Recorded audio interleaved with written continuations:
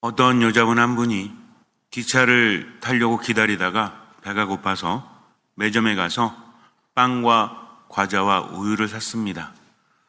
빵과 우유를 먹고 나니까 기차 시간이 거의 다 돼서 과자를 백에다 넣고 플랫폼으로 나갔어요. 자리에 앉아 있는데 조금 부족했는지 시장기가 느껴집니다. 과자를 먹으려고 하는데 옆에 앉아있던 남자가 과자 안에 손을 쭉 집어넣더니 먹는 거예요. 얼굴을 봤는데 전혀 모르는 사람입니다. 아는 사람일 리가 없죠. 아니, 미쳤나? 왜 남의 과자를 먹고 저러지? 째려봤습니다. 그런데 그 남자는 싱긋 웃는 거예요. 아, 얼굴 참 두껍다. 계속 먹으면서 쳐다보면서 웃으니까 기분이 안 좋죠? 그래도 어쩔 수 있겠습니까? 그냥 미친 사람인가 보다, 개념이 없는 사람인가 보다 하고 그냥 먹고 있는데 남자가 일어나더니 그래요. 마저 드십시오. 당연하지, 내 건데 뭔 헛소리야 라는 생각을 했어요. 과자를 다 먹고 나서 기차에 탔습니다. 그리고 뭔가를 꺼내기 위해서 백을 열었는데 거기 과자가 있는 거예요. 뭐지 이게?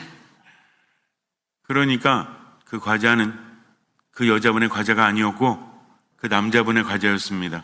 그런데도 계속 째려보면서 과자를 먹었고 남자분은 자기 거를 뺏기면서도 빙긋 웃으면서 마저 드십시오 했다는 겁니다. 이런 경험이 가끔 있죠. 내 건 줄 알았는데. 예전에 성당 봉고를 타고 어디에 갔다가 돌아오는 길에 문을 열었는데 어떤 여자분이 옆에 앉아 있는 거예요. 깜짝 놀랐습니다. 누구십니까? 그랬더니 그분도 누구세요? 그래요. 누구시지? 제가 차를 잘못한 거예요. 봉고가 비슷하잖아요. 우리나라 봉고가. 이게 비슷한 데에 있었고 제가 탔는데 그분이 앉아 계셨고 운전하는 분은 딴 데 잠깐 가셨고 제가 잘못하고 누구냐고 물어보니 얼마나 황당하고 깜짝 놀랐겠습니까? 그래서 이렇게 그래서 갑자기 생각이 나서 이렇게 봤더니 아닌 거예요. 그래서 내리면서 죄송하다고 한 적이 있었습니다. 우리는 너무나 당연하다고 여기면서 그것을 하지만 그런데 그게 틀릴 때도 있고요. 그게 아닐 때도 있다는 거죠. 살아가면서 분명히 이런 것들을 체험하면서 많은 것들을 깨달아야 되는데 그런데 삶이라는 것이 익숙한 것이 편하지 않습니까? 생각도 그렇고 말하는 것도 그렇고 행동하는 것도 그렇고 그렇죠. 그래서 그냥 해놓고 나서 후회하는 경우가 얼마나 많아요. 점점 삶이 고정되어져 가고 보이는 것만 보려고 하고 들리는 것만 들으려고 합니다. 물론 보이는 것을 보는 것 중요합니다. 들리는 것을 듣는 것도 중요하죠. 그런데 어느샌가 고정되어 있어서 내가 알고 있는 것, 익숙한 것 외의 것이 보이거나 들리면 불편하다는 겁니다. 그래서 대화를 하다 보면 어때요? 처음에는 서로 아는 것을 이야기하다가 아는 것이 내 것이 되죠. 뭐가 좋다, 뭐가 안 좋다. 그런 경험 있지 않아요? 와서 야 이거 되게 좋대. 너 몸 안 좋지? 요거 한번 해봐. 그래 알았어요. 고마워요. 그 다음에 만나서 뭐라고 합니까? 해봤어? 아니 아직 안 해봐. 왜 안 해? 좋은데. 예 알겠습니다. 그 다음에 만나는데 물어봐요. 그거 몸에 좋은데 해봤어? 아니 안 해봤는데요. 왜 안 해 도대체? 제가 좀 오버해서 말했지만 우린 그래요. 좋은 것을 알려주면 알려준 것으로 끝나면 되지 않습니까? 근데 그거 안 하면 어때요? 왜 내가 알려준 거 안 했지 하면서 마음이 상합니다. 이런 경우가 참 난감하죠. 좋은 마음에 서로 알려줬는데 그것이 마치 하지 않게 되면 나를 무시한 것처럼 또 나를 싫어하는 것처럼 여기는 마음이 우리 안에 있지 않습니까? 정말 조심해야 돼요. 어떤 사람에게 좋은 것을 말하면 그것으로 끝나면 되죠. 그런데 우리는 자꾸만 상대방에 대해서 다 알고 있고 조종하려는 마음을 갖고 있는지도 몰라요. 그래서 그 마음을 잘 들여다봐야 합니다. 어떤 말을 한다면 그냥 도움이 되면 되는 거지 반드시 그 사람이 그거를 해야 될 필요는 없지 않습니까? 여러분들은 어떠세요? 내가 어떤 말을 해도 그냥 그 사람이 하든 말든 흔들리지 않습니까? 그러면 그 사람은 정말 겸손한 사람이죠. 그런데 겸손하지 못한 사람은 그렇지 않다는 거죠. 경계해야 됩니다. 좋은 마음에 시작했지만 나중에는 안 좋아질 수도 있다는 것을 삶을 통해서 알고 있죠. 중요한 건 뭐냐면 내가 알고 있는 것이 전부가 아니라는 것을 늘 생각해야 합니다. 다른 사람 보고도 모든 것을 안다고 하면 안 되죠. 미사 시간에 계속 찡그리고 있는 사람이 있어요. 왜 이렇게 찡그리지? 기분이 좋지 않습니다. 저럴 거면 성당에 왜 왔어? 라는 생각을 했죠. 미사 끝나고 가길래 좀 기분이 안 좋았어요. 너무 찡그리고 있었거든요. 여러분들 그럴 때 있지 않아요? 누가 자꾸 나보면서 찡그리면 기분 안 좋잖아요. 왜 왔어 도대체? 라는 생각이 계속 들었어요. 끝나고 나서 인사를 하는데 그분이 그래요. 시모님, 제가 위염이 상당히 심합니다. 그래서 오늘도 미사 시간이 너무 아팠지만 그래도 미사할 수 있음에 감사했습니다 하고 가요. 저는 어떤 생각이 들었을까요? 내가 왜 이러지? 저 사람이 찡그리는 것을 보고 왜 그런 생각을 했지? 저마다 나름대로 이유가 있을 텐데 어쩌면요 내가 생각하는 것이 맞을 수도 있어요. 열에 여덟 맞을 수도 있습니다. 그러나 열에 한둘은 틀릴 수도 있다라는 거죠. 그것을 염두에 두어야 합니다. 그래서 내가 알고 있는 것과 다른 사람에게 알려주는 것과 이런 것들을 감정화시키지 말아야 된다. 뭐 시키지 말아야 된다? 감정화시키지 말아야 된다. 굉장히 중요합니다. 이거 살아가면서. 그렇게 하지 않으면 내가 힘들기 때문에 선입견을 갖거나 고정관념을 갖거나 이것이 편견이 되어버리면 안 돼요. 중요한 건 뭐냐면 공격적인 형태로 열매를 맺어서는 안 된다는 거죠.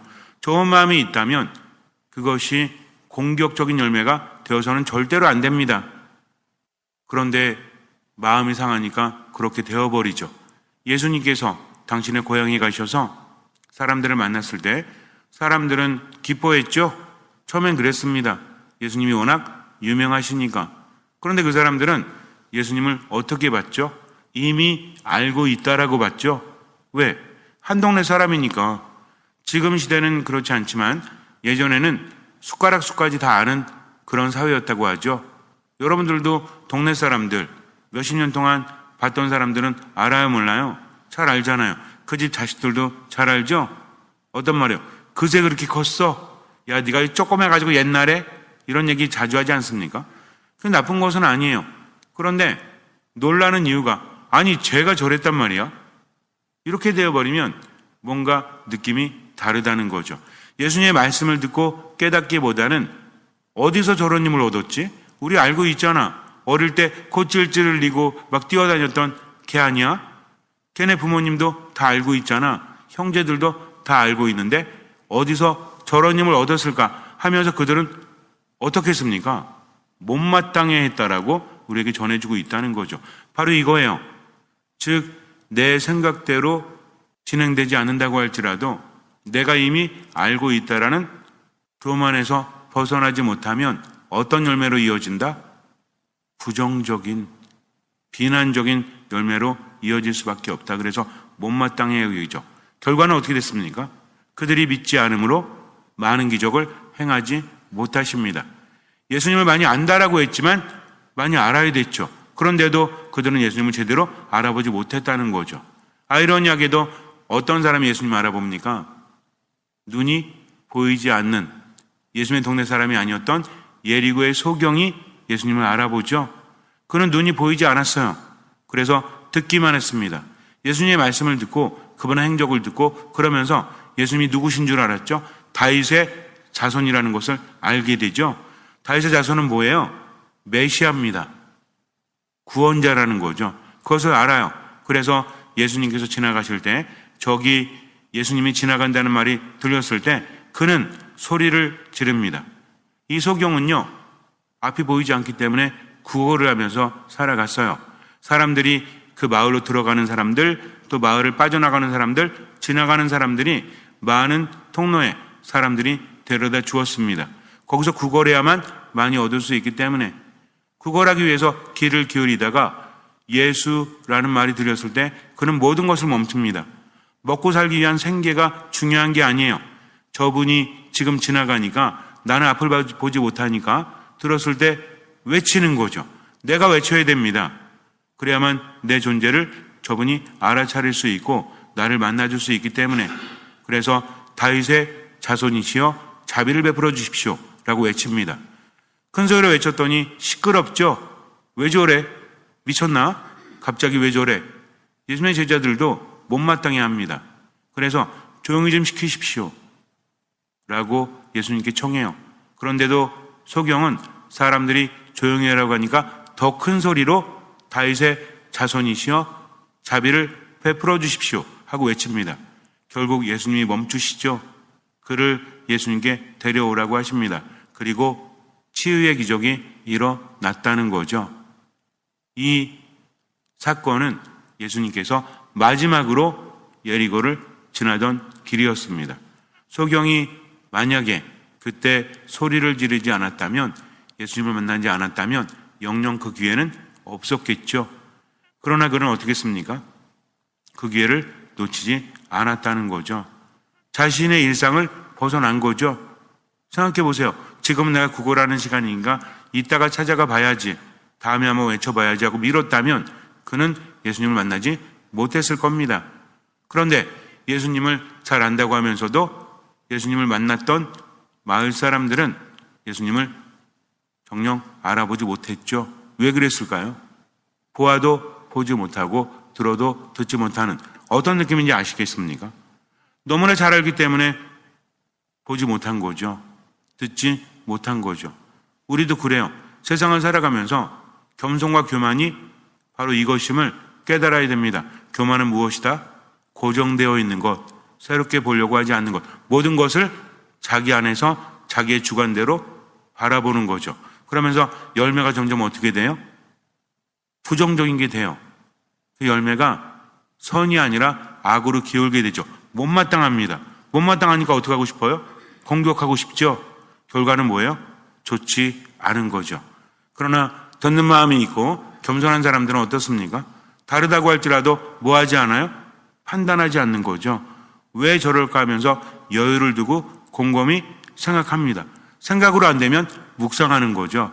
그러면서 감정적이기보다는 이성적으로 합리적으로 그럴 수도 있겠다 하면서 마음이 넓어지는 거죠. 못마땅함이 크겠습니까? 이해하는 마음이 크겠습니까? 이해하는 마음이 클 수밖에 없죠. 만약에 못마땅한 마음이 들 때, 그래서 몸도 마음도 힘들어질 때, 그때는 어떻게 해요? 겸손한 사람은 멈추죠. 그리고 어떻게 합니까? 성호를 긋습니다. 그리고 무엇을 청합니까? 듣는 마음을 청해요. 물론 방법은 여러 가지가 있지만 제가 여러분에게 제시를 했잖아요. 정말 힘들 때, 알면서도 주님의 뜻대로 되지 않고 감정이 앞설 때, 우울감이 깊어지거나 분노가 커질 때 어떻게 하자? 일단 멈추자. 성호를 긋자. 어떤 마음을 청하자? 듣는 마음을 청하자. 해보시라니까요. 그러면 조금씩 나아질 수밖에 없어요. 마음이 겸손해집니다. 왜냐하면 멈췄잖아요. 그리고 하느님께 향했잖아요. 그리고 듣는 마음을 청했잖아요. 그 순간에 우리는 겸손해집니다. 그리고 마음이 편안해져요.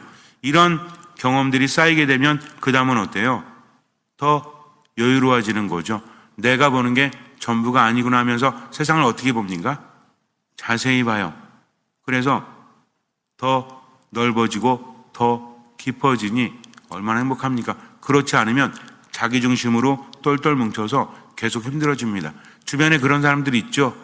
승질내고 우울해하고 그냥 자기 기분에 휩싸여서 막 쏟아붓고 나서 부정적으로 이야기하고 결국은 그 사람들이 얘기하는 게 뭐예요?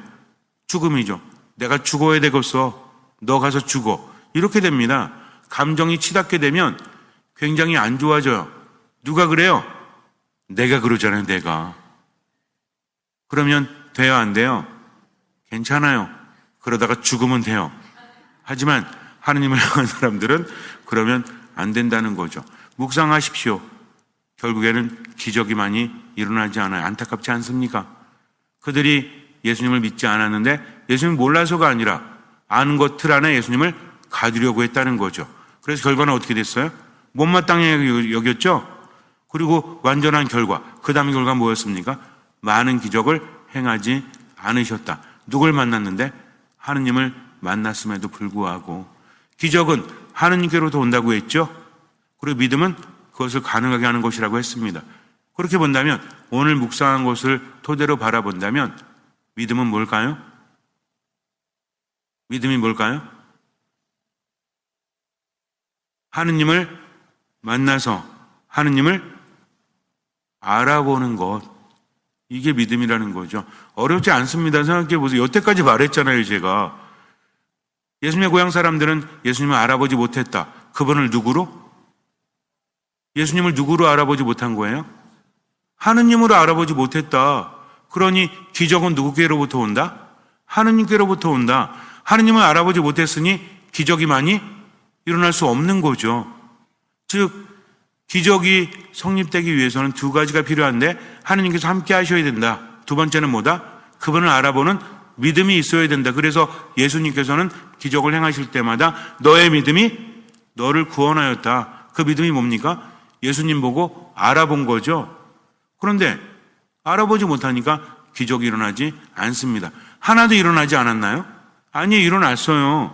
많이 일어나지 않았다는 거죠. 무슨 얘기입니까? 거기에도 예수님을 알아보는 사람이 있긴 했다는 거죠. 하지만 많은 사람들이 알아보지 못해요. 그래서 기적을 행하지 못하시죠. 그러면서 어떤 결과가 또 나오는지 알아요? 결과가 세 개를 이야기했죠, 제가. 결과. 예수님 만났어. 하느님 만났는데 알아보지 못했어요. 왜? 자기들이 이미 알고 있다고 생각을 했으니까. 선입견, 고정관념. 그래서 못마땅하게 여깁니다. 믿음이 없는 거죠. 그래서 기적이 많이 일어나지 않았어요. 그러고 나서 어떤 결과가 있었는지 아세요? 그들은 예수님을 벼랑 끝으로 몰고 가서 떨어뜨려 죽이려고 합니다. 이거라니까요. 그런데 예수님께서는 죽지 않으시죠? 어떻게 합니까? 그들 한가운데를 유유히 뚫고 지나가십니다. 하나님의 때가 되지 않았기 때문에 이 결과를 잘 묵상하세요. 내가 고집부리고 내 뜻대로 하느님 앞에서 겸손하지 못하면 결국은 못마땅해 하고 그리고 기적이 일어나지 않고 그리고 결국에는 말과 행동에 죽음이 담겨 있을 수밖에 없다. 그러니 삶이 힘들겠습니까? 힘들지 않겠습니까? 힘들 수밖에 없죠. 그래서 어떤 마음으로? 듣는 마음으로. 뭐에 휩싸이지 않고 내 기분에 휩싸이지 않고 다른 것을 선입견이나 편견이나 고정관념으로 바라보지 않도록 늘 있는 그대로 바라볼 수 있도록 나를 낮춘다. 이것이 무엇이다?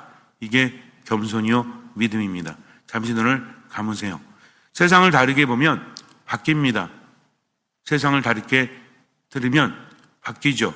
어쩜 우리는 내 안에 있는 그대로 세상을 바라보고 듣는지 몰라요. 가족들조차도 마찬가지죠. 선입견을 가지고 저 사람은 저러니까 이러니까 하는 마음, 그래서 그들을 믿지 못하고 미워하고 나의 상처를 가지고 그들을 바라본다면 참으로 어리석은 마음이 아니겠습니까?